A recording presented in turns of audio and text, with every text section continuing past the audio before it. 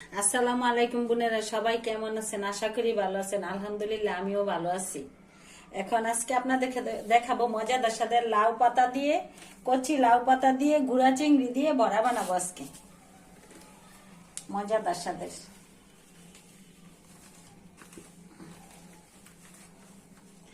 দেখেন লাউ পাতাগুলা কি সুন্দর কচি কচি।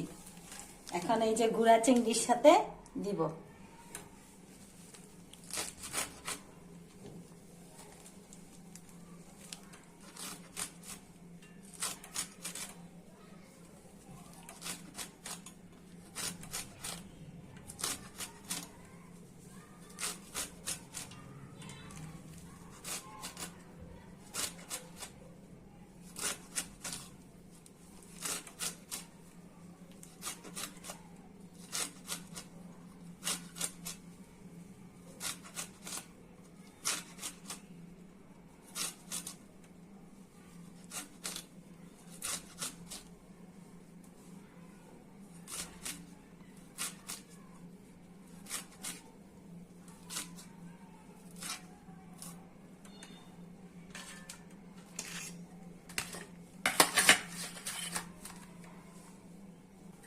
ধনে পাতা কুচি করে নিচ্ছি, বড়ার মধ্যে দিব।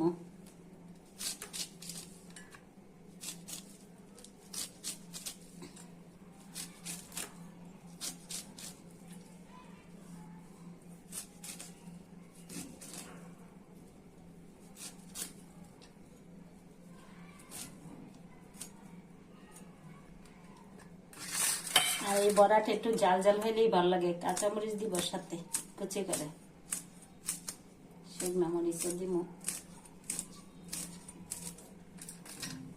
আর এই শীতের মধ্যে এই বড়াটা খাইতে অনেক স্বাদ লাগে।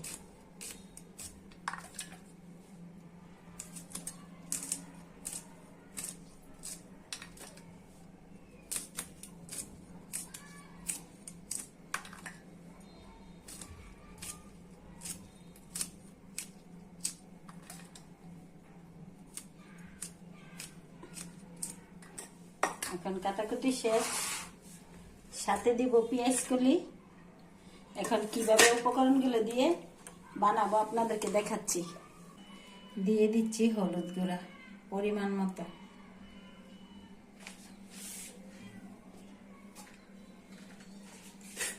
দিয়ে দিচ্ছি লাল মরিচের গুঁড়া,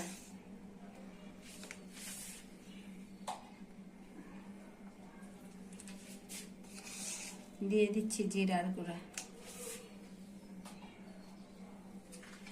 দিয়ে দিচ্ছি স্বাদ মতো লবণ,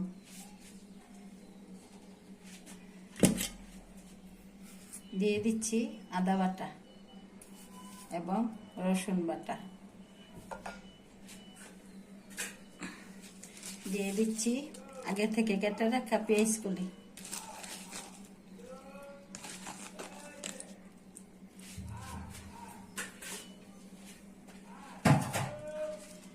সাথে দিচ্ছে কাঁচামরিচ, ধনিয়া পাতা,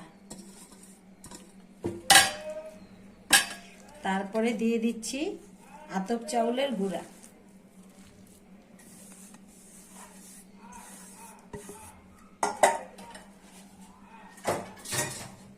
একসাথে মিশাইয়া নিচ্ছি।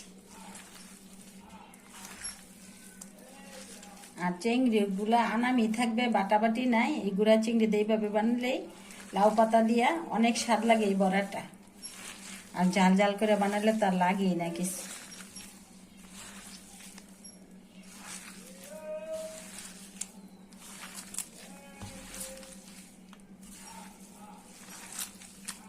এগুলা সন্ধ্যার নাস্তা হিসাবেও খাওয়া যায়, ভাতের সাথেও খাওয়া যায়, যে যেমনি ইচ্ছা খাইতে পারবেন। অনেক স্বাদ হয়। মজাদার স্বাদের বড়া বানাবো আজকে।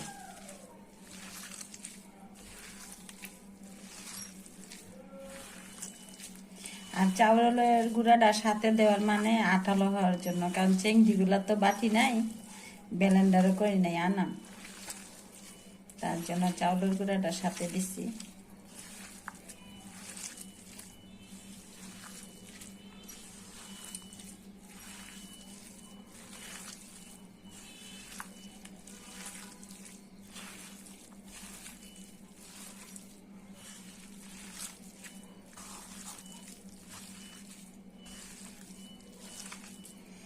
এখন গুলাটা হয়ে গেছে, এখন বড়াগুলা বানিয়ে নিব।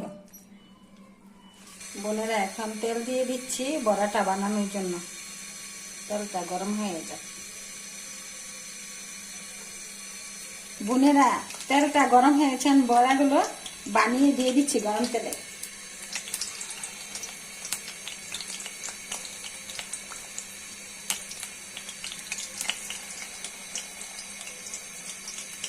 দেখেন কি সুন্দর কালার এসেছে। চিংড়ি যে আনা এইটা বোঝা যায় না, গুড়া চিংড়ি তো।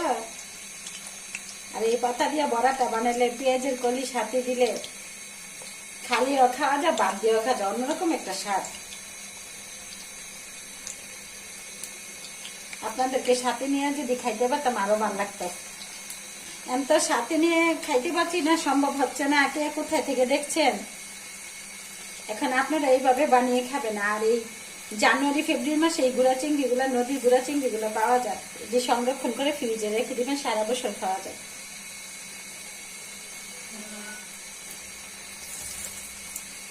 এখন বাজা হয়ে যায়,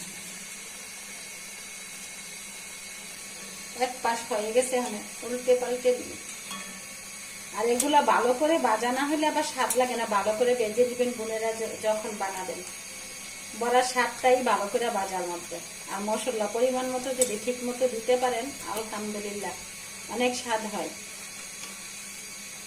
অনেক সুন্দর হয়েছে, একটা বড়া ভাঙে নাকি।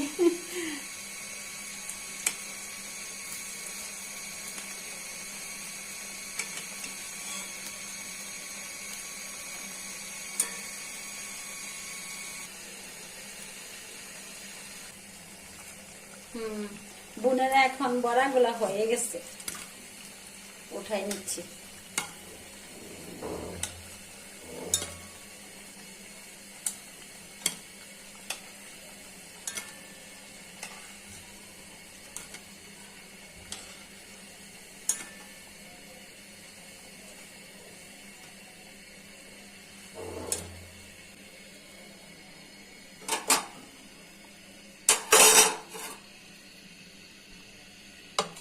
এখন অন্যগুলো দিয়ে দেই।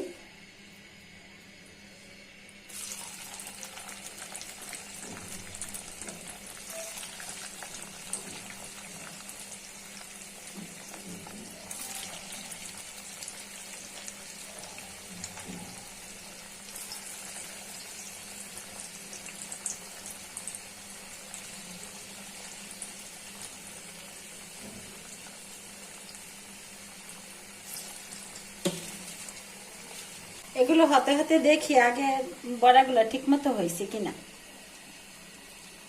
ও মাশাআল্লাহ, অনেক সুন্দর হয়েছে। এগুলা দেখেন অনেক সুন্দর হয়েছে, কালারটা দেখেন, পাতা দিয়ে বানানো অনেক সুন্দর হয়েছে। দেখি টেস্ট করে কিরকম হয়েছে। অনেক স্বাদ হয়েছে মাশাআল্লাহ, অনেক মুসমুসে হয়েছে, অনেক মজা হয়েছে। এগুলা আপনি ইফতারির সময়ও খেতে পারবেন, রমজান মাসে আবার বাদ দিয়েও খেতে পারবেন, দুই রকম ভাবে খেতে পারবেন। দেখেন অন্যরকম একটা কালার হয়েছে, স্বাদও হয়েছে। বোনেরা এই চিংড়িগুলা যদি আপনারা রাইখা দেন সারা বছর, ফ্রিজের সংরক্ষণ করে সারা বছরই খাইতে পারবেন। আর এরকম ভাবে বানিয়ে আপনারাও খাবেন।